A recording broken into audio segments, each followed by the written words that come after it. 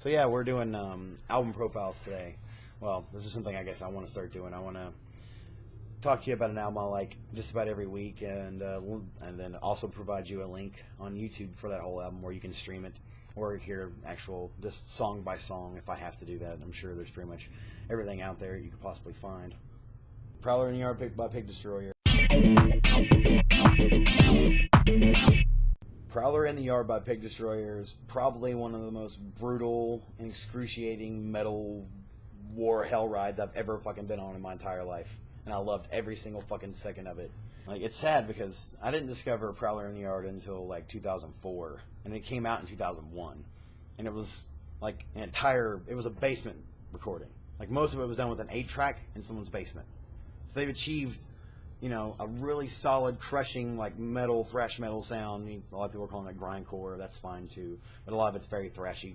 Grindcore has lots of thrash elements rolled into it.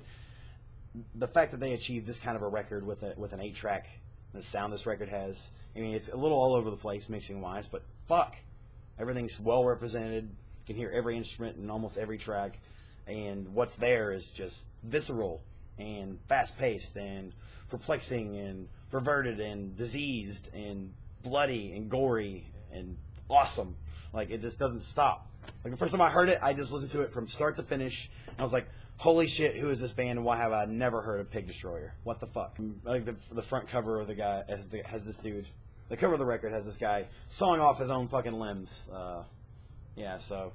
And I guess there's some themes in the album that from what I've read of the lyrics that kind of point towards this guy being obsessed with a girl and he can't have her or she's fucking him over, so he just went fucking nuts and he went crazy, and this is the stuff that's going on in his mind. Perhaps that could be, you could use that to describe the proceeding of the album, but I mean, you don't have to think of it that way. Just read the lyrics and find out if there's a story to it or not. It does have a lot of theater to it. I think all this music has a lot of theater, and I don't care what anyone fucking says about that opinion. There is a lot of theater to screaming. You know, when you scream on stage, it has to mean something, and theater used to involve, you know, emotions and acting, so it's an undeniable element of this music that the screaming and all the, you know, screaming fucking bloody murder into a microphone is, it's hard to say. How can you argue against that being theatrical? That's what I want to fucking know. Tell me that shit. Tell me that shit. Just theatrical, you know, Iron Maiden is a ha, you know, the crazy squeals and shit. Same difference, really. Director, you said it made you physically ill. Yes. Physically ill to hear the very beginning and the ending of the album. It's bookended by the whole story about Jennifer and her, in that crazy computer robot voice. Jennifer. Oh, yeah. And then you got the laughter in the background, and then like the weird soundscape that's kind of rolling behind it, and then it just proceeds to rip your face off with just like fucking thrash metal hardcore. It's like all these old progressive rock bands. Well, now they're a progressive metal band turned up to 11.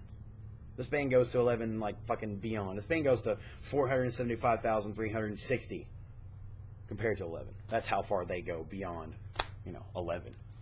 This record, Pig Destroyer, is Prowler in the Yard. If you don't have it, you got to go out and buy it, or you can just sit here and listen to the entire thing right after this video.